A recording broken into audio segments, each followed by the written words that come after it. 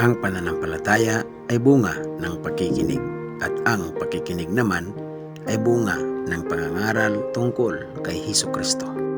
Ikalawang kabanata ng Lukas, ang pagsilang ni Hesus.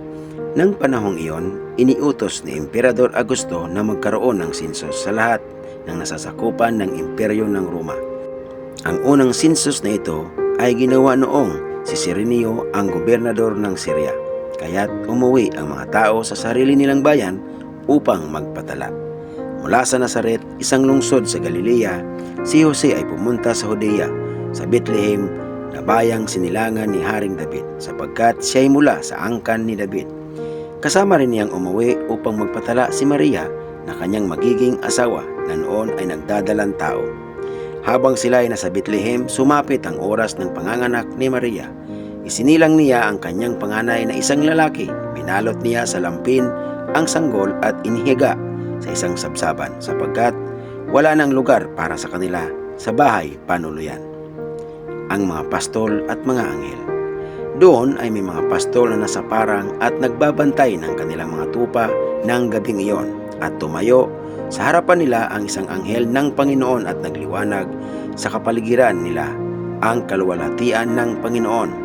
Ganun na lamang ang kanilang pagkatakot, ngunit sinabi sa kanila ng anghel, "Huwag kayong matakot, ako'y may dalang magandang balita para sa inyo na magdudulot ng malaking kagalakan sa lahat ng tao.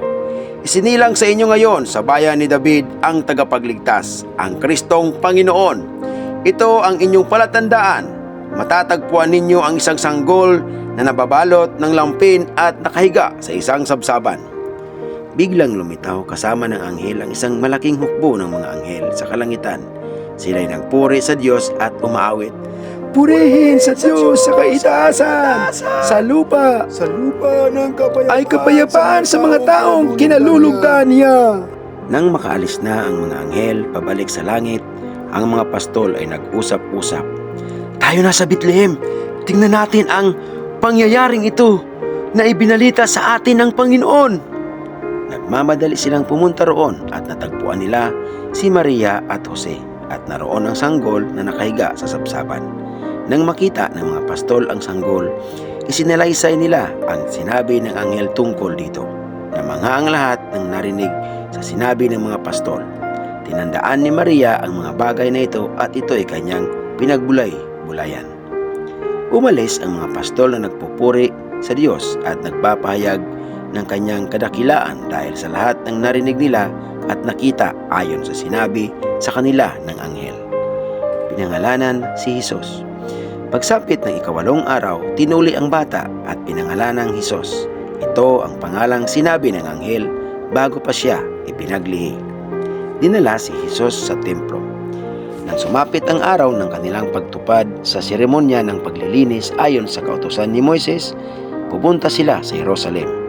Dinala nila ang sanggol upang iharap sa Panginoon, sapagkat ganito ang nasusulat sa kautusan ng Panginoon. Bawat panganay na lalaki ay itatalaga sa Panginoon. Nag-alay din sila ng handog ayon sa nakasaad sa kautusan ng Panginoon.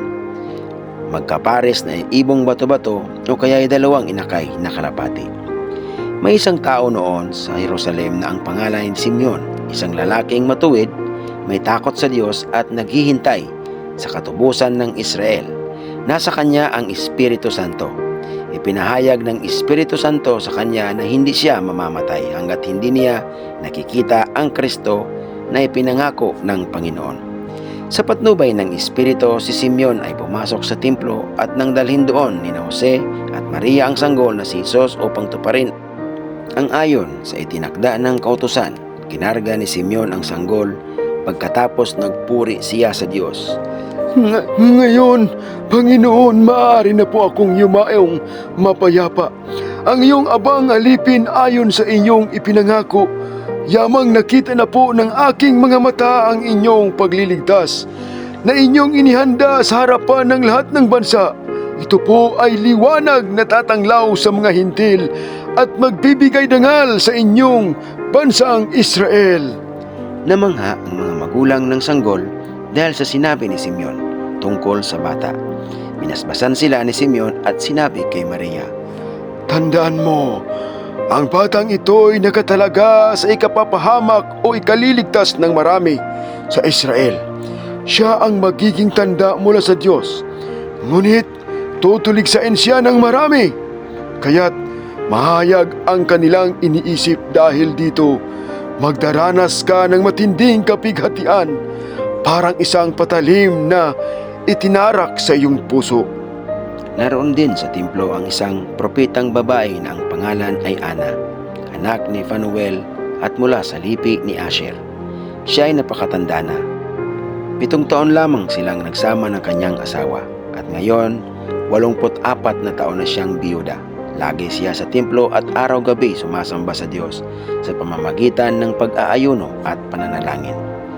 Nang oras na iyon, lumapit siya kina Jose at Maria at nagpasalamat sa Diyos. Nagsalita rin siya tungkol sa sanggol sa lahat ng naghihintay sa pagpapalaya ng Diyos sa Jerusalem. Ang pagbalik sa Nazaret.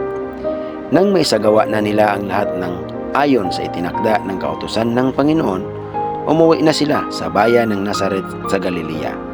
Ang batay lumaking malusog, puspos ng karunungan at kalugod-lugod sa Diyos. Ang batang si Jesus sa loob ng templo.